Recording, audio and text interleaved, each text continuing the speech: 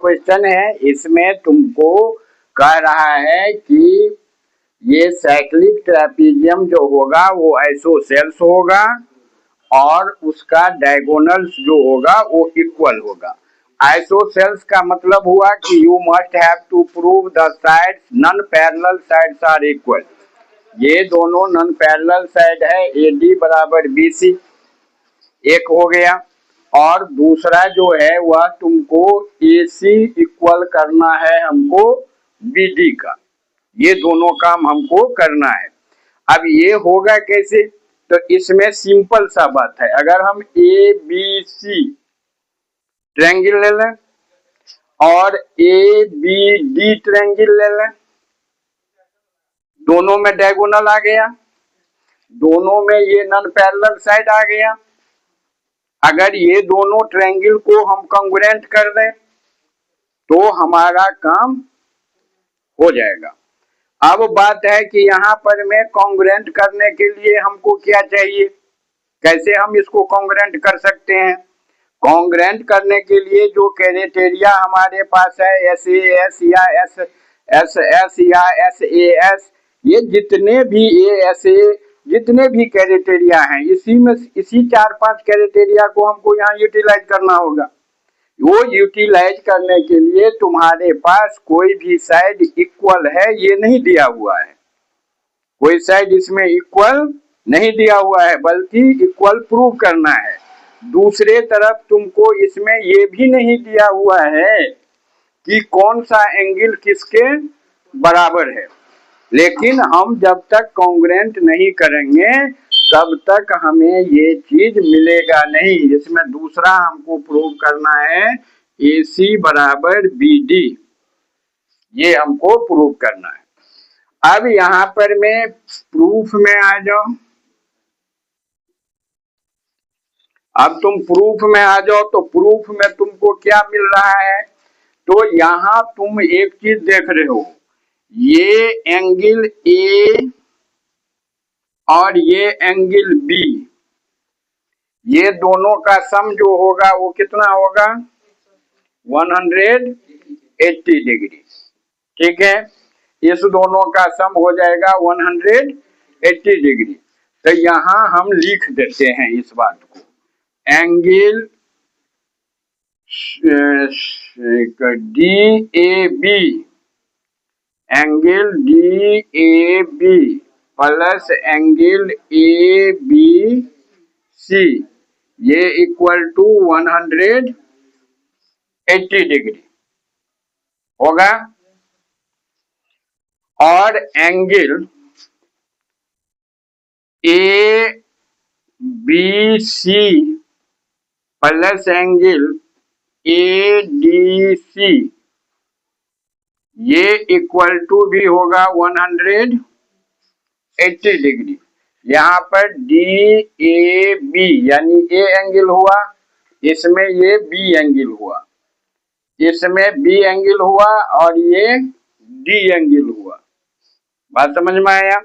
तो यहाँ पर में हम देख रहे हैं ये दोनों जो है, ये 1 हो गया, ये 2 हो गया, एक हो गया ABC एंगल, दूसरा हो गया तुमको DAB,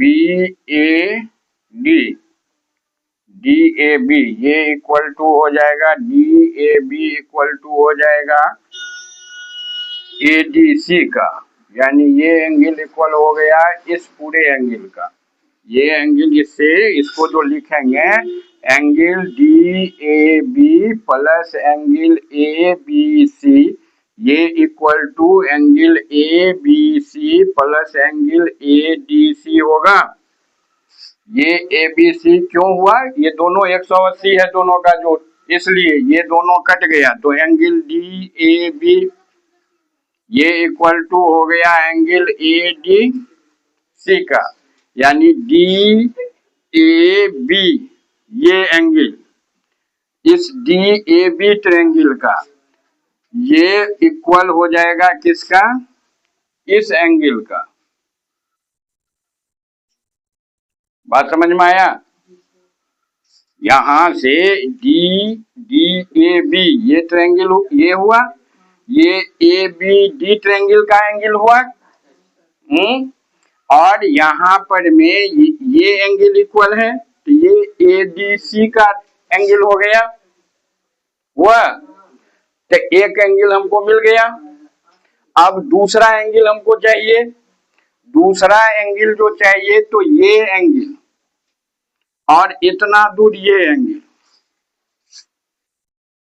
ये दोनों एंगल जो है वो एंगल ऑफ सेम सेगमेंट है, तो ये एंगल भी इक्वल हो गया।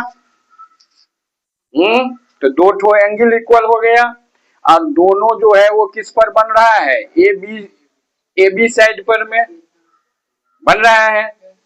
तो यहाँ हम लिखेंगे in triangle A B D and triangle A B C. बात समझ रहे हो? ए बी डी और दूसरा हो गया तुमको ए बी सी। ठीक, तो अब यहाँ पर ए बी डी और ए बी सी में तुमको कौन कौन सा एंगल मिल रहा है, तो एंगल ए डी बी ये equal to angle A C B, ये हो गया angle of same segment, angle of same segment, इससे ये बराबर हो गया। एंगल ऑफ सेम सेगमेंट से ये दोनों एंगल जो है वो बराबर हो गया। Angle A sorry A B बराबर ए बी, ये दोनों में क्या हो गया, कॉमन हो गया। बात समझ गए? और एंगल ये ए जो है, एंगल ए इसका है, ये बराबर हो जाएगा angle D A B, angle A B C.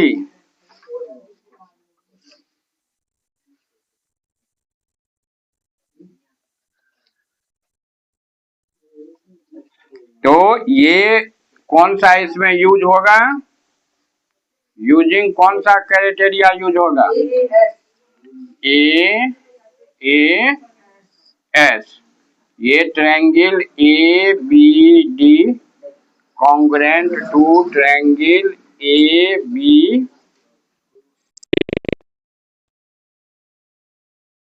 A C equal to B D and A D equal to B C.